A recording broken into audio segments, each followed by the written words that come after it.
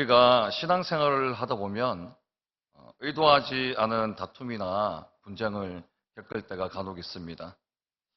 경우에 따라서 홀로 신앙생활을 하다 보면은 믿지 않는 가족들과 마찰이 생기곤 하지요. 또한 전도를 할 때는 또 어떤가요?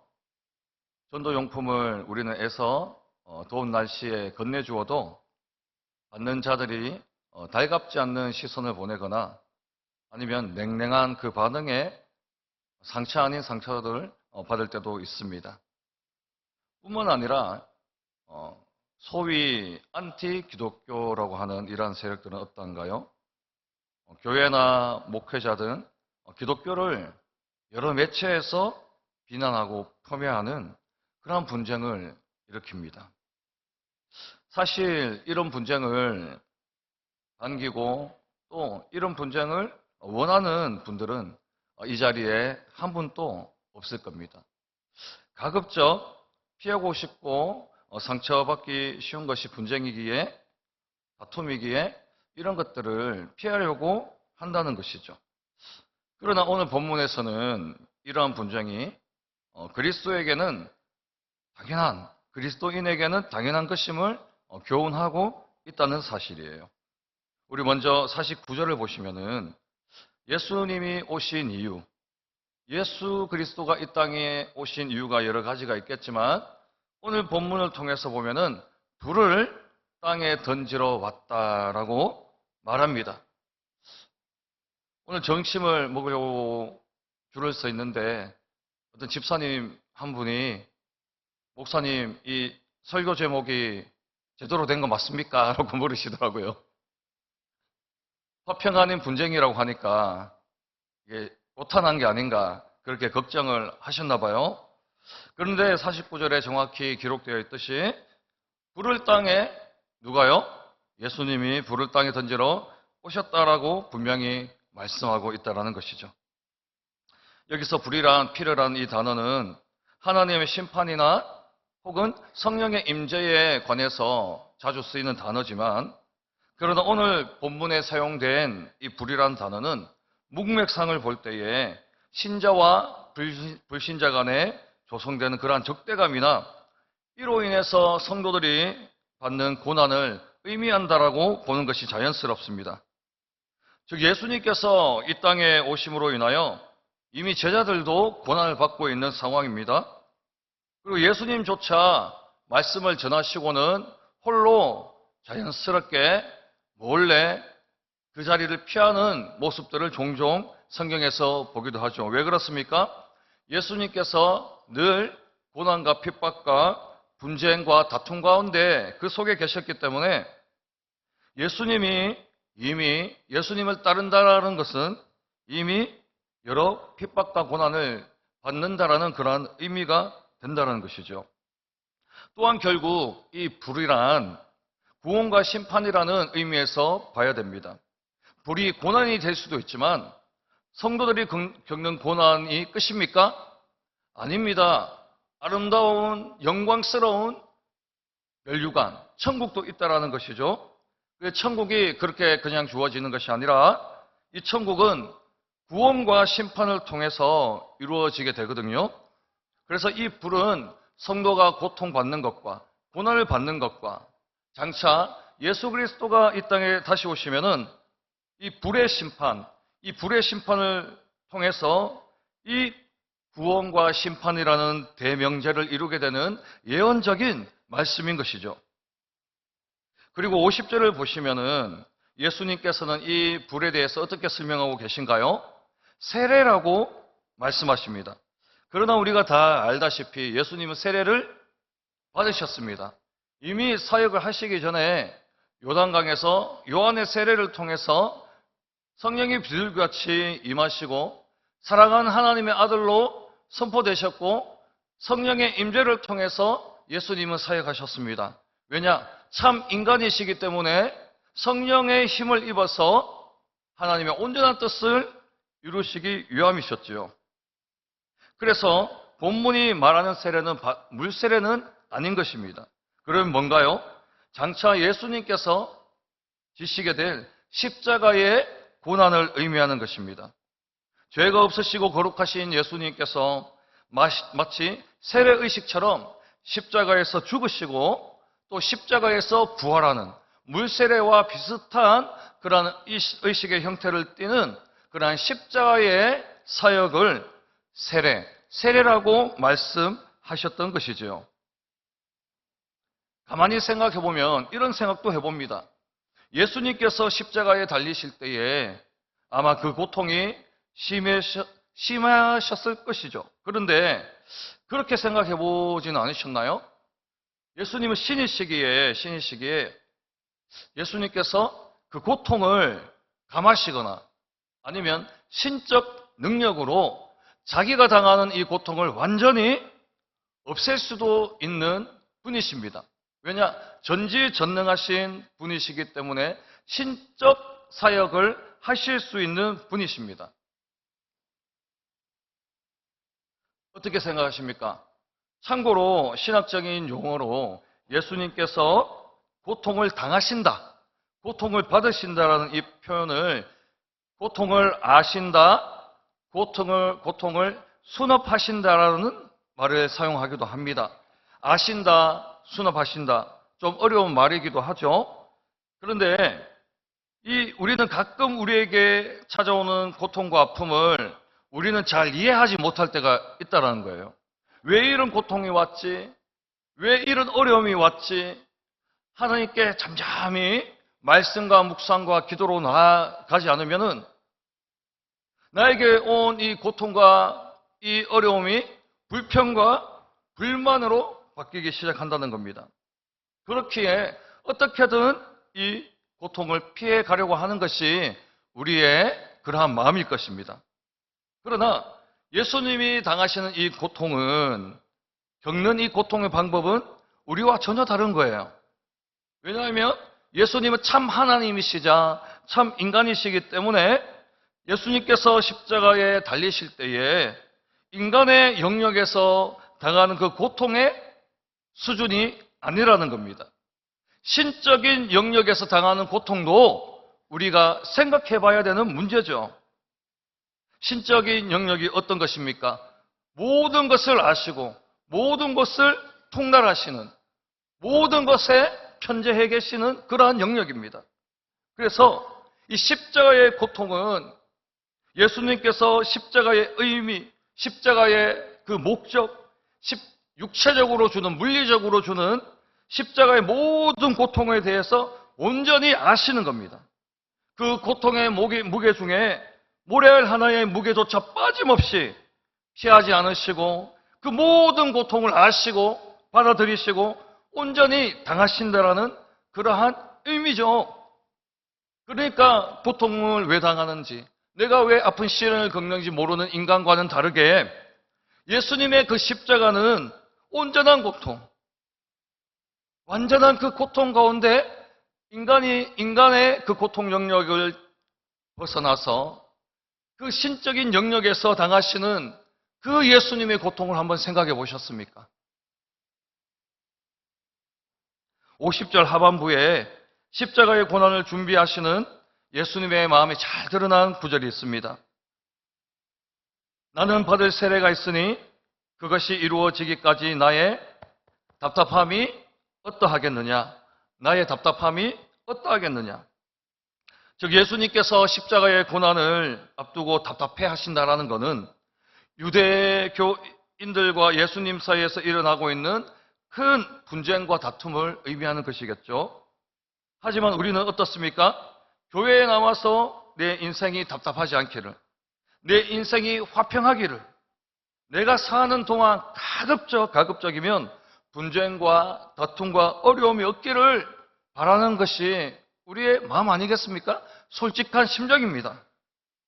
그런데 예수님은 이 땅에 오시자마자 십자가가 이미 예정되어 있으셨고, 특히 유대인들과 예수님 사이에서는 큰 분쟁과 다툼이 운명적으로 하나님의 뜻 가운데 예수님에게는 있으셨다는 거죠. 본문 51절 제가 읽겠습니다. 내가 세상에 화평을 주러 온 줄로 아느냐? 내가 너희에게 이르노니 아니라 도리어 분쟁하게 하려 함이로라.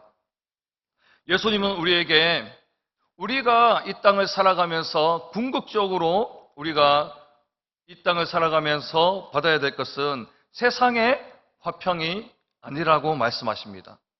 여기서 화평이라는 것이 하나님이 주시는 화평이 아니라는 말이 아닙니다. 하나님이 주시는 평안이 아니라는 말이 아니에요. 그래서 식당에서 남자 집사님께서 오해하신 겁니다. 세상이 주는 화평을 이야기하는 거거든요. 즉 우리가 예수님을 믿고 신앙생활을 한 가운데 세상적인 화평이나 기쁨에 집중해서는 안 된다는 말씀이죠. 오히려 하나님께서 허락하신 거룩한 싸움, 거룩한 분쟁을 피하지 않고 온전히 감당해낼 때, 그때 진정한 주님이 화평을 주시는 것이고, 분쟁을 통하여서, 다툼을 통하여서 그것을 피하지 않고 감당해낼 때 진정한 주님이 주시는 화평을 맛보고 누릴 수 있게 되는 것이 아닐까요? 그러므로 본문에서 말하는 교훈이 무엇입니까? 성도들에게 다가올 다툼이나 이 분쟁은 우리가 피하고 회피해야 할 대상이 아니라 예수님처럼 하나님의 깊은 뜻을 통달한 가운데 우리가 온전히 받아들이고 순종할 때 우리에게 주어진 또 하나의 거룩한 세례라는 것을 꼭 기억하셨으면 좋겠습니다. 그래서 우리가 받은 이 물세례, 구원받는 이 중생의 세례뿐 아니라 우리는 또 다른 세례를 받아야 되는데 이 땅에 살아가면서 분쟁과 다툼의 세례라는 겁니다. 이어서 52절 이후의 말씀들을 보시면은 사회의 가장 기본 단위인 가정에서부터 이리저리 분열이 일어날 것이라고 말합니다. 왜냐하면 당시 예수님의 복음을 듣는 자들이 누굽니까? 바로 다 유대인들이에요. 유대 신앙을 가진 자들이었습니다.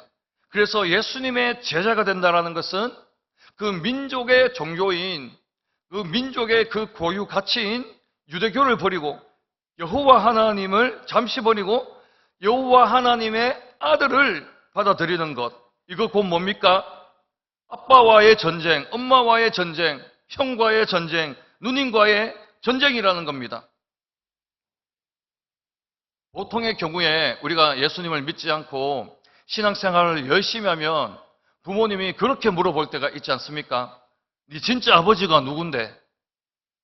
2000년도에 투르크메니스탄이라는 단기 선교를 14일 갈 때 아버지께서 단 한 번도 반대하신 적이 없는데 그때는 반대하시더라고요. 그리고 물으셨습니다. 네 아버지가 누구고? 누가 네 진짜 아버지고? 그래서 아빠는 나의 육신의 아버지고 하나님은 나 영적인 아버지다. 그랬더니 한 달간 삐져가지고 우리 아버지가 말도 안 하시고, 아버지가 두 분 있다는 것이 그렇게 질투할 일인지 믿지 않는 부모님은 그렇더라고요, 여러분. 그래서 우리가 이 거룩한 싸움을 할 때 가정에서부터 나오는 그 싸움도 우리가 치료해야 된다는 것이 이제 이 누가복음 12장에 기록되어 있는 거죠. 왜냐? 유대인들이었으니까. 유대인들이 기독교인이 된다는 것은 가족과의 싸움이거든요. 그 공동체와의 싸움입니다. 자, 우리도 마찬가지가 아닐까요? 가족이나 지인이나 타인에게 복음을 전해야 할 때, 혹은 학교나 직장 생활을 할 때, 혹은 세상적인 관습으로 인해서 강요당함에 있어서 왜 술 한 잔은 못하냐, 소주 한 잔이 뭐길래 그렇게 기독교인이라고 그렇게 유난을 떠냐 이러면서 세상의 관습으로 강요를 당할 때에 우리 어떻게 해야 될까요? 우리는 신앙을 고수해야 될 의무가 있다는 겁니다. 그런데 만약 믿지 않는 자들과의 분쟁이나 갈등이 두려워서 소주 한 잔하고 맥주 한 잔하고 적당히 타협하고 양보하면 어떻게 될까요? 마태복음 8장 20절에 이렇게 말합니다.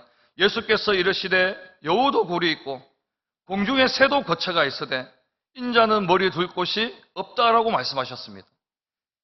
3년간 이 땅의 공생애 가운데 예수님은요, 여우도 집이 있고 그 새도 집이 있는데 예수님은 집이 없다는 거, 그건 뭐예요?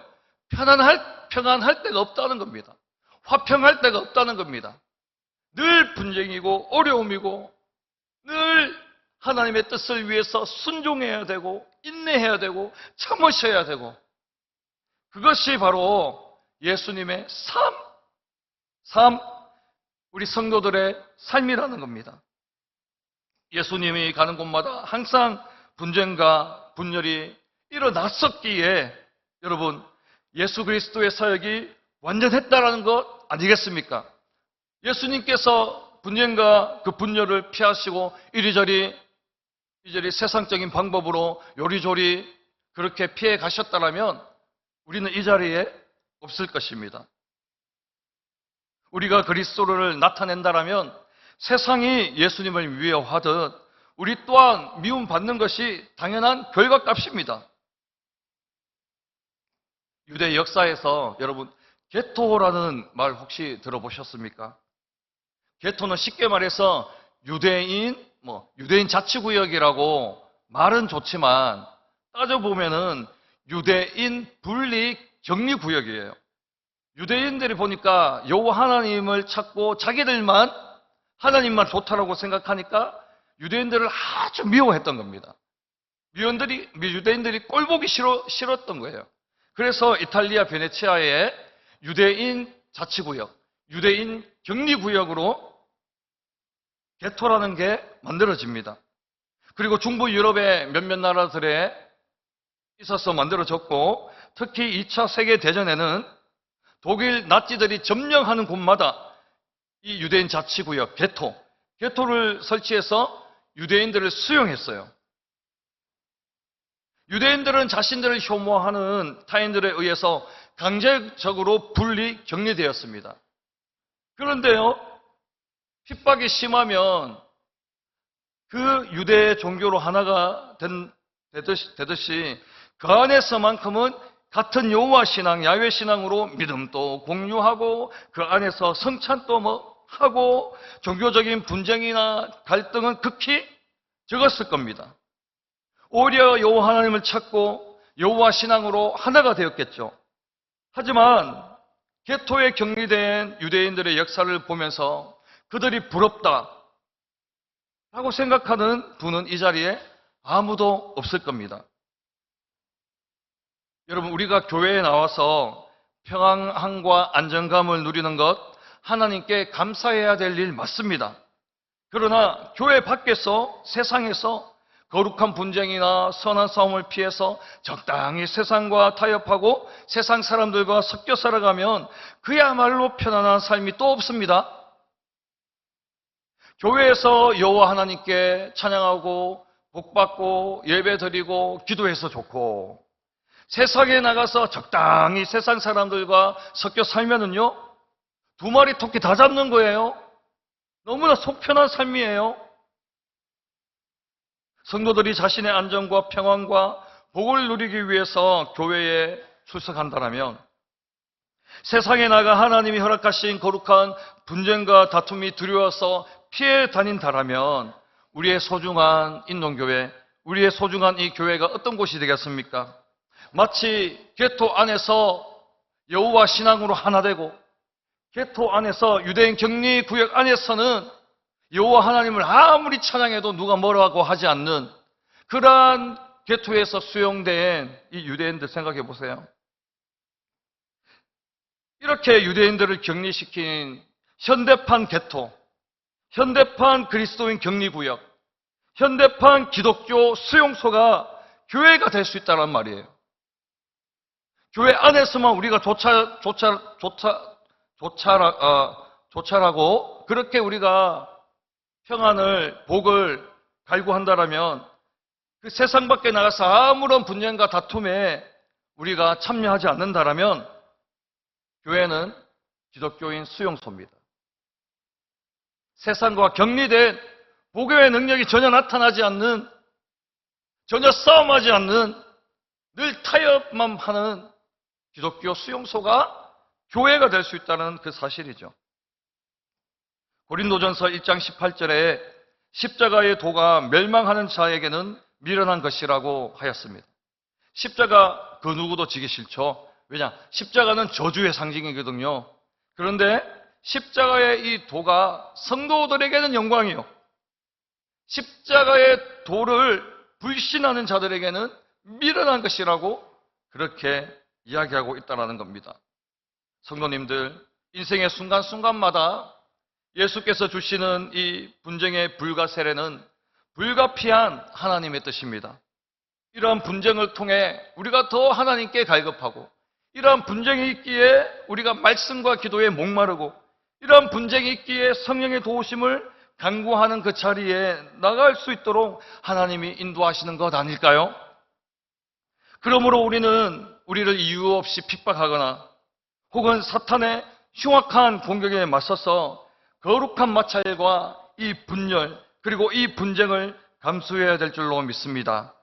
때로는 분쟁을 일으키거나 핍박하는 자들을 예수 그리스도의 사랑으로 한없이 인내하고 품어야 될 때도 있어요. 품어야 될 때가 있어요. 그런데 여러분, 자식들 다 키워보셨지만 품는다고 됩니까? 품어준다고 돼요? 자식하고 싸울 때도 있습니다. 자식하고 분쟁할 때가 있어요. 회초리를 들어야 되고, 때로는 강력하게 교훈해야 될 때가 있습니다. 품는다고 능사가 아니잖아요. 당근과 채찍이 적절하게 황금 비율로 그렇게 자녀들에게 다가갔을 때, 그때서야 비로소 자녀들이 올바른 인성과 신앙과 믿음을 가지고 자라는 거 아니겠습니까? 마찬가지입니다. 우리가 때로는 세상에서 사랑과 관용과 인애로 이웃을 사랑하고 그들을 품어야 될 때도 있지만, 가정과 성도와 교회와 그리고 기독교 신앙을 흔들고 짓밟고 무너뜨리는 그 분쟁 가운데서는 우리가 선한 신앙의 양심을 따라서 이 거룩한 싸움에 말씀과 기도로 그리고 성령의 능력으로 승리하고 이겨내야 할 줄로 믿습니다. 말씀을 맺습니다. 사랑하는 성도 여러분, 우리의 이 믿음이 그저 평안과 형통과 또 그리고 복을 얻기 위한 종교인 그 수준, 그 종교인 수준에 내가 그칠 것인지, 아니면 우리의 기독교 신앙을 짓밟고 조롱하는 이 악의 무리들과 거룩한 이 분쟁과 싸움에서 능히 이겨 십자가를 지고 걸어가는 정말 참다운 제자의 그 삶을 살아갈 것인지 다시 한번 결단하는 시간 되었으면 좋겠습니다. 바로 웃기는 희생 없이 얻어지는 영광이 없다라는 그런 말처럼 예수님께서 이 땅에 오신 이유가 우리에게 화평을 먼저 주기 위함이 아니라 먼저 분쟁과 선한 싸움을 주시려고 오셨다는 것을 마음속에 받아들이시고, 이후에 우리에게 찾아오는 여러 분쟁을 통해 더욱 성숙되고 더욱 성화되어가는 귀한 인동교회 성도님들과 자녀들 다 되시길 간절히 바랍니다. 기도하겠습니다. 하나님 감사합니다. 우리를 위해 십자가 고난 세례를 받으시고 모진 고통을 친히 감내하사 우리를 자녀 삼으시고 제자 삼으심을 감사합니다. 세상이 주님을 미워하듯 우리 또한 세상의 미움을 받을 터인데, 우리가 종교인처럼 화평만을 찾아 헤매는 그런 자들이 되지 않도록 도와주시옵소서. 주님이 허락하신 거룩한 분쟁을 능히 감내하고 이겨내어 진정한 주님의 제자의 길을 걸어가는 거룩한 성도들과 자녀들이 다 될 수 있도록 축복하여 주옵소서. 우리의 모든 간구를 들으시고 응답하실 우리 주 예수님의 이름으로 간절히 기도합니다. 아멘.